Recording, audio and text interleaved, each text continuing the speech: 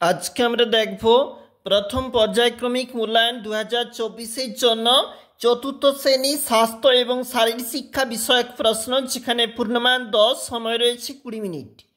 নিচের শূন্যস্থানগুলি পূরণ করো।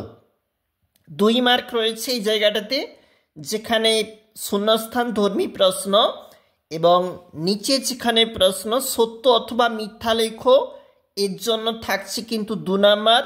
অবশ্যই দেখবে প্রতিটি প্রশ্ন এখানে গুরুত্বপূর্ণ। নিচের প্রশ্নগুলির উত্তর সংক্ষেপে লেখো। 3 গুণ 2 রয়েছে, মানে এখানে মোট 6 নাম্বার রয়েছে এই প্রশ্নগুলির জন্য। পরের যে পেজটা, এখানে বলা রয়েছে কলা এবং কর্মশিক্ষা বিষয়ক প্রশ্ন, চতুর্থ শ্রেণী।